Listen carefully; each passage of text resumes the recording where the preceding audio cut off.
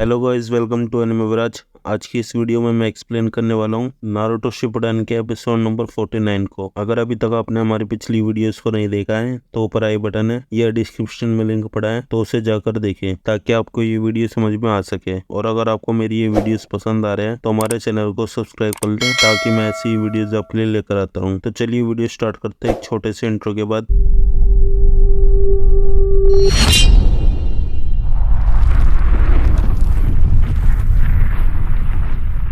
Episode की starting में हम देखते हैं साई बोलता है किसी ऐसे को क्यों बचाना जिससे तुम्हारी दोस्ती की कदर ना हो। नारुतो बोलता है सास्के मेरा बेस्ट फ्रेंड है, हमारा रिश्ता बहुत खास है। साई बोलता है लेकिन फिर भी तुम्हें ओरोचिमारू से लड़ना पड़ेगा। लेकिन नारुतो बोलता है मुझे फर्क नहीं पड़ता मेरा ओपोनेंट कितना भी स्ट्रॉन्ग हो, लेकिन मैं फिर भी लड़ूंगा और सास्के को वापस लेकर आऊंगा, मेरा यकीन करो। तभी पीछे से कोनाई से अटैक होता है जिससे सभी बच जाते हैं और ये अटैक काबुटो ने किया था और वो साई के आगे खड़ा हो जाता है। काबुटो बोलता है क्या बात है, मुझे तो लगा तुम हार मान गए होंगे, लेकिन मैं भूल गया तुम लॉर्ड ओरोचिमारू के दुश्मन हो। फिर काबुटो साई से बोलता है हालत देखकर ऐसा लग रहा है इन्होंने तुम्हें पकड़ कर बंदी बना लिया है। नारुतो बोलता है उसे दूर रहो, उसे हाथ भी लगाया तो तुम्हारे हाथ तोड़ दूंगा। नारुतो अपने शैडो क्लोन से राशिंगन बनाता है और एक शैडो क्लोन उसे लेकर सीधा काबुटो की तरफ जाता है और उसे मारने ही वाला होता है। तभी काबुटो साइड हो जाता है और उस क्लोन को एक लात मारता है जिससे क्लोन गायब हो जाता है। काबुटो बोलता है ये बकवास था। नारुतो बोलता है बकवास होगा पर जब तक तुम्हें खत्म नहीं कर देता मैं रुकूंगा नहीं। फिर नारुतो अपने फोर्थ शैडो क्लोन से अटैक करता है। काबुटो अपने हाथ में चक्र लेकर सब क्लोन को मार देता है। यामाटो अपने वुड स्टाइल से काबुटो पर अटैक करता है, लेकिन काबुटो साई को लेकर उस अटैक से बच जाता है। पीछे से सकुरा अटैक करती है, लेकिन वो अटैक उस पहाड़ पर लग जाता है जहाँ पर मधुमक्खी का छता था और हम देखते हैं काबुटो उस अटैक से बचकर साई को नीचे लेकर आ जाता है